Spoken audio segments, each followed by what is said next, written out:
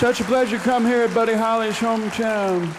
Buddy Holley of Lubbock, Texas. And right here is the man who gave him his first guitar, his older brother Travis, who came home from the Marines, as I understand it. Correct me if I get this story wrong.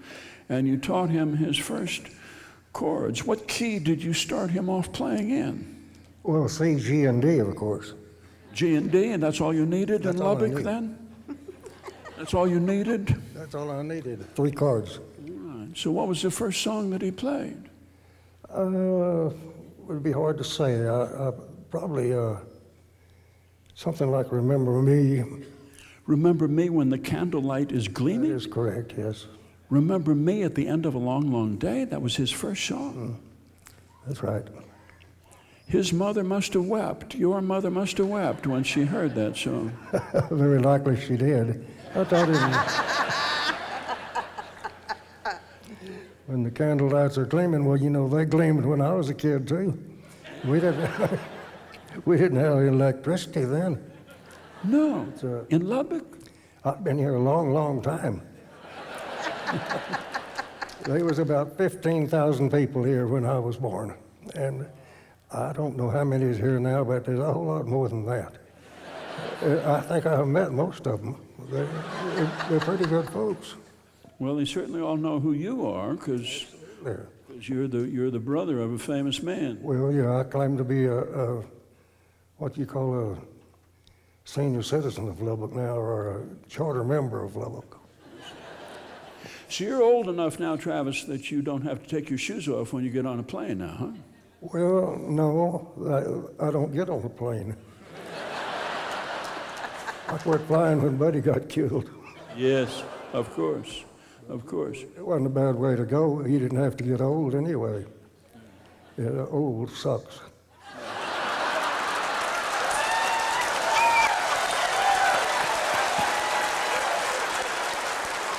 Gotta get older. So what's your clearest memory of Buddy after all of these years, the thing that stands out in your mind? Do you hear him laughing? Do you hear him singing? Oh, we all loved Buddy. He was the baby of the family, and we'd spoiled him rotten, but he took it real well. He was a gentleman. Buddy was a quick study. He had he was raised to respect people, and he did. Buddy was loaded with talent, and he could switch from blue jeans and a T-shirt to a tuxedo in 30 seconds. And he could do it real easily.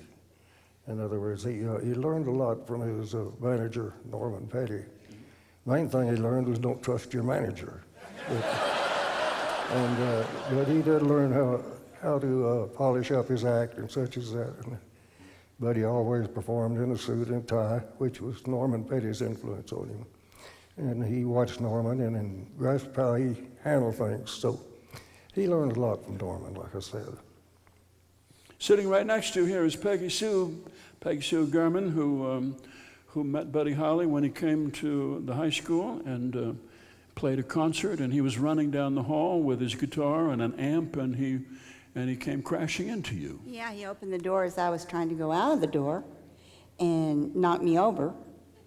And my books went everywhere, my skirt went up, and he came over there and looked down, and he said, "Well, I don't have time to pick you up, but you sure are pretty." And he just left. Me sitting right there.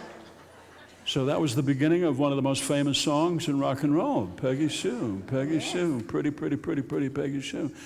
You were in Sacramento. You'd gone away from Lubbock, and you heard that when Buddy Holley and the Crickets came to Sacramento and played a concert, played a dance. Well, I got an invitation. They were on the Show of Stars, which I didn't know what the Show of Stars was, but Jerry Allison had his mother call my mother and ask if it would be okay if I attended the rock show. And my mother said yes, that I could go. And I was living with my sister and brother-in-law who was stationed in Sacramento.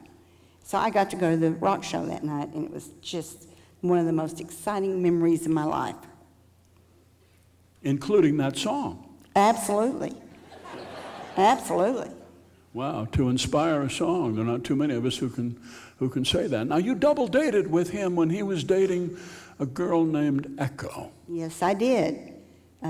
They had dated a long time. In fact, they met, I think, in grade school, if not thereafter. And Mr. and Miss Holley were very good friends of Mr. and Miss McGuire.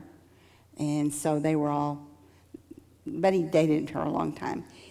She went away to college, and that kind of ended that.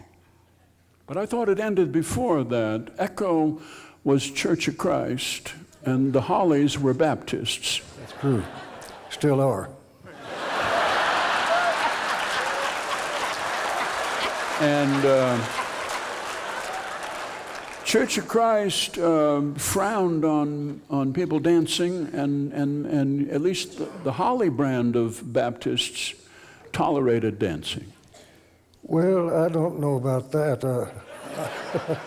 I don't think any Baptist tolerates dancing unless they're away from the group where they cannot be seen. So Baptists never dance with each other. Well, no. I married a Presbyterian, so we made out all right. Okay, well, you've slipped a little ways then, huh? Absolutely. So Echo and Buddy broke up, but you double dated what, at the Heidi-Ho drive-in? Yes, and we went to movies, and James Dean and Natalie Woods was in one of the movies we went to see, and then we'd go to the Heidi-Ho to get Cokes. You had to go to the Heidi-Ho to find out what all was going on. Mm-hmm. Who's going steady with who, and who broke up, and who had what car. I mean, it was important stuff.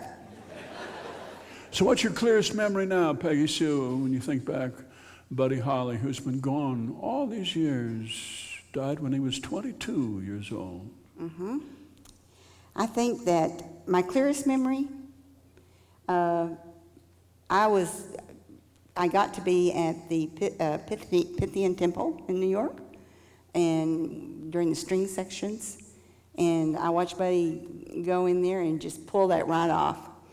I was so proud of him because he didn't read music, he chorded, but we had the symphony there in the session, and he just walked right in there, and they put him in a little booth, and he just did his thing. Mm-hmm. My leader of rock and roll. Mm-hmm.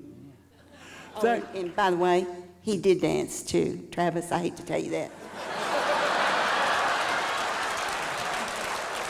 Well, you two can work it out between you. Thank you.